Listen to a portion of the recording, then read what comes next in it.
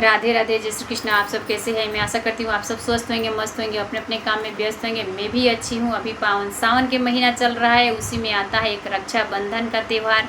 मैं बहुत ही दर्द भरा गीत सुनाने जा रही हूँ आप सबके बीच में। अभी रक्षाबंधन में कोई कोई ऐसी भाभी रहती है कि भाई को ननद के पास नहीं जाने देती है, बहन के पास नहीं जाने देती है, और वो बहन रक्षाबंधन के दिन अपने भाई को राह निहार निहार के बैठी रहती है, मेरे भाई आएंगे।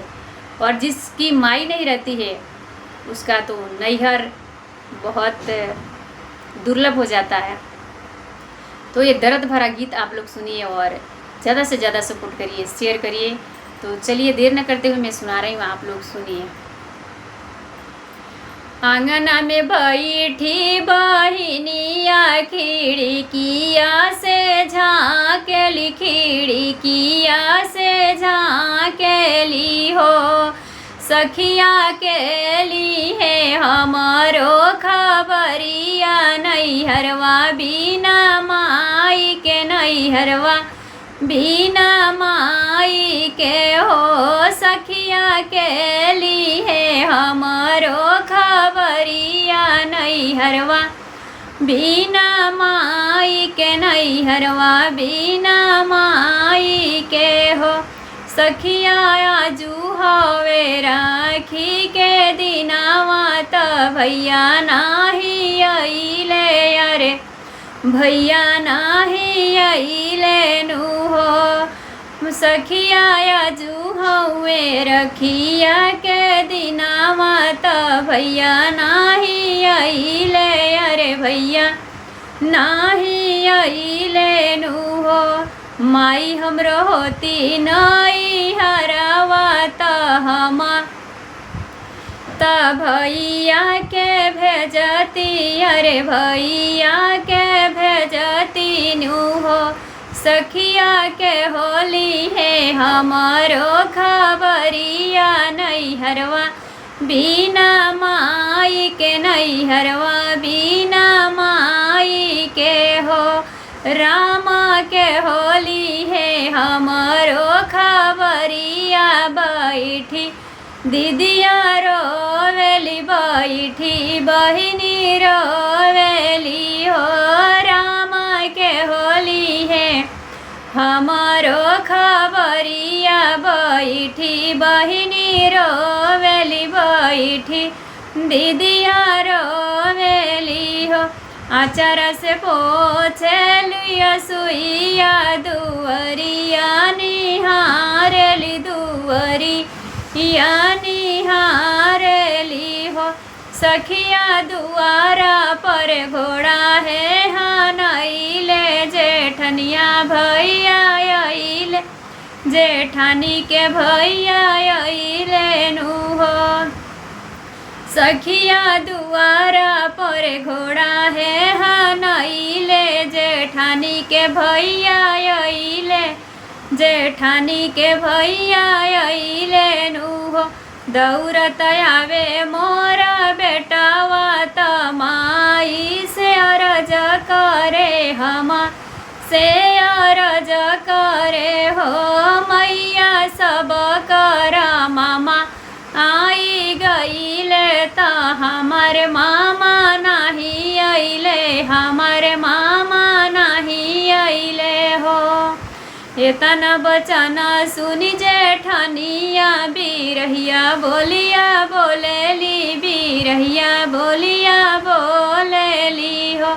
छोटी कवने गलती तू कइलू, त भैया तोहरो नहीं अइले, भैया तोहरो नहीं अइले हो। छोटी के करा के बनाबू तू रखिया, आजू राखी दिनावा, आजुए राखी दिनावा नु हो।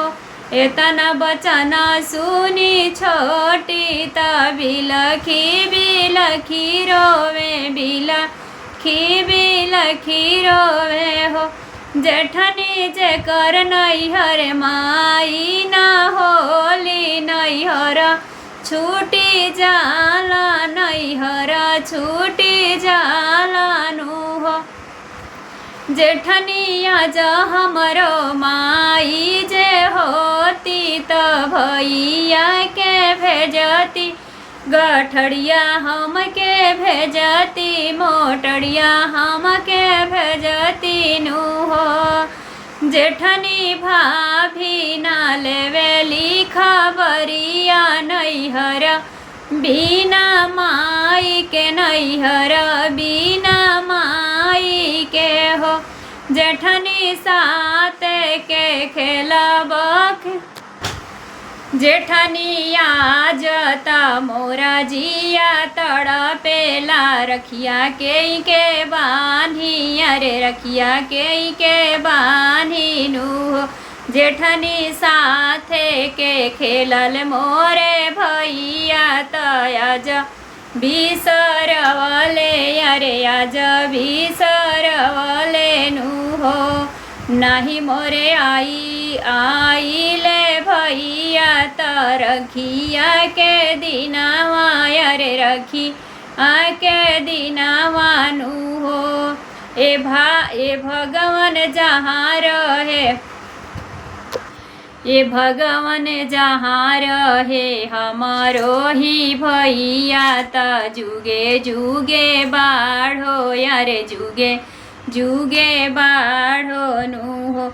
ये तना बचन सुनी जेठानी देवरानी के समझावेली, देवरानी के समझावेली हो। छोटी आइल बाड़े हमारो जे भैया त रखिया तूहू बांधी दे, तू रखिया तूहू बांधी दे तू हो।